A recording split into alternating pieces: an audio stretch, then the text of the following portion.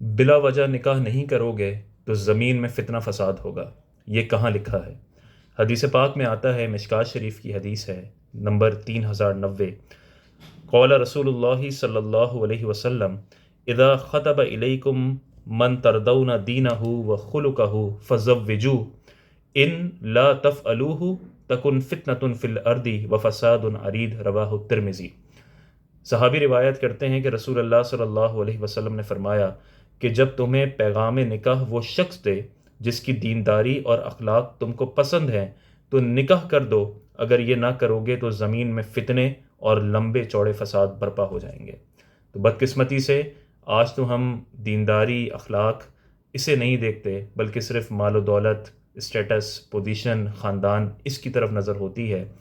لیکن اس میں بھی ہم نکاح کو مؤخر کر رہے ہوتے ہیں، حتیٰ کہ وہ عمر پہنچ جاتی ہے کہ جس کے بعد اب مشکل لگتا ہے کہ اگر اس عمر کو کراس کر گئے تو پھر بیٹیوں کے رشتے نہیں آئیں گے، پھر کوئی نکاح نہیں کرے گا۔ اس عمر تک بیٹیوں کے رشتوں کو مؤخر کرتے ہیں، اگرچہ ہمیں کوئی بہتر گھر سے، بہتر خاندان سے رشتہ موصول ہو چکا ہوتا ہے۔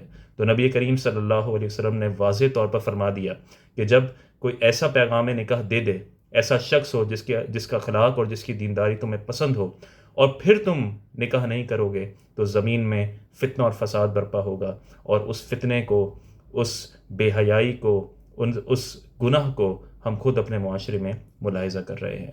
اللہ تعالی ہمیں دین کی سمجھ عطا فرمائے۔